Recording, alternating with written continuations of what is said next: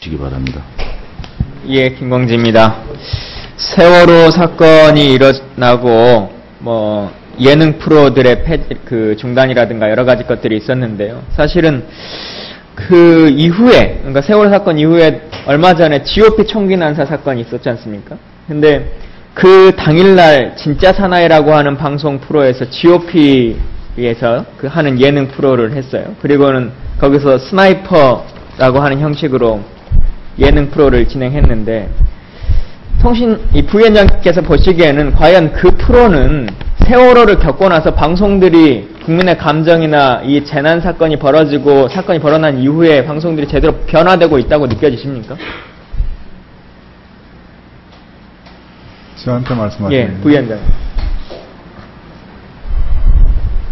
제가 말한 프로가 지금 뭔지는 아시죠? 제가 그 프로그램은 모르십니까? 예, 잘 모르는 그와 관련해서도 언론의 비난과 문제점의 지적들이 많이 있었는데 부위원장님이 그걸 모르신다니까 안타깝습니다. 그 세월호 참사와 관련해서 그 당시에 4월 16일부터 4월 23일까지의 그 내용들을 메인 뉴스에 나왔던 모니터 분석들을 쭉 해봤는데요. 정부의 초동대처 실패에 대한 비판 기사를 실었던 것이 MBC는 4월 16일부터 23일까지 해서 MBC가 7건, KBS가 16건, 그 다음에 SBS가 15건, JTBC가 32건 이렇게 되어 있습니다. KBS가 그 가장 숫자로는 16건이어서 MBC에 비해서는 많이 했습니다만, 그래서 MBC 사장께도 물어야 될 일이 많고 한데, 일단 통계를 하나 먼저 더 말씀드리고요. 관련해서 세월호 때 여러 망언들이 있었죠. 그 사망자 명단 앞에 사진을 찍는다는 것부터 시작해서 라면 먹는 것, 여타의 유언비어들, 그 어떤 후보자의 자제분이 썼던 글들에 대한 거 여러 가지가 있었는데, 그와 관련해서도 저희가 일주일간의 것을 통계를 내보니까 JTBC는 7건, SBS가 5건, KBS가 3건, MBC가 2건만 보도를 하는 걸로 지금 나타납니다. KBS와 MBC가 단연 적은 숫자인데요.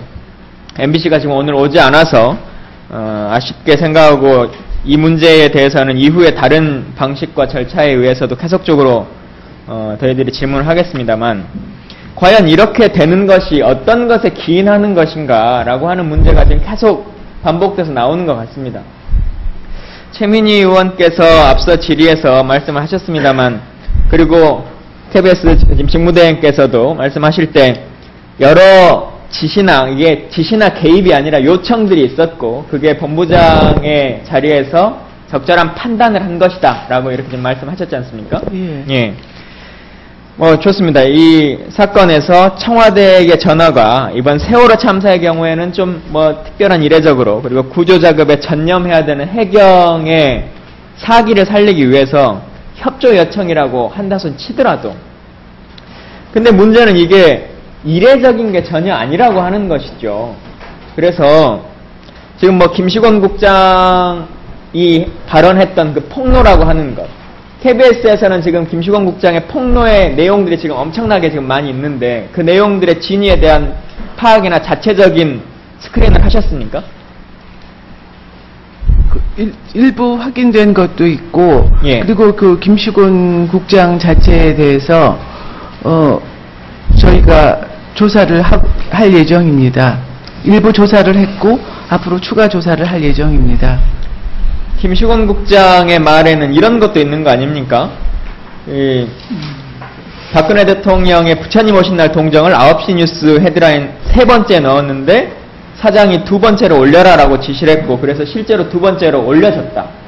그리고 저희 당의 안철수 대표의 발언에 대해서도 대통령을 비판하는 기사를 했는데, 그걸 9시 뉴스에 자막으로 넣었더니 사장이 당장 빼라고 지시를 했고, 그래서 실제 뉴스에서 들어져 나갔다라고 하는 얘기들을 끊임없이 지금 반복하고 있고, 이것들이 비단 이 시기의 문제뿐만 아니라 국정원 사건부터 시작해서 계속적으로 지금 윤창중 보도까지 다양하게 지금 이 문제들이 제기되고 있는데요.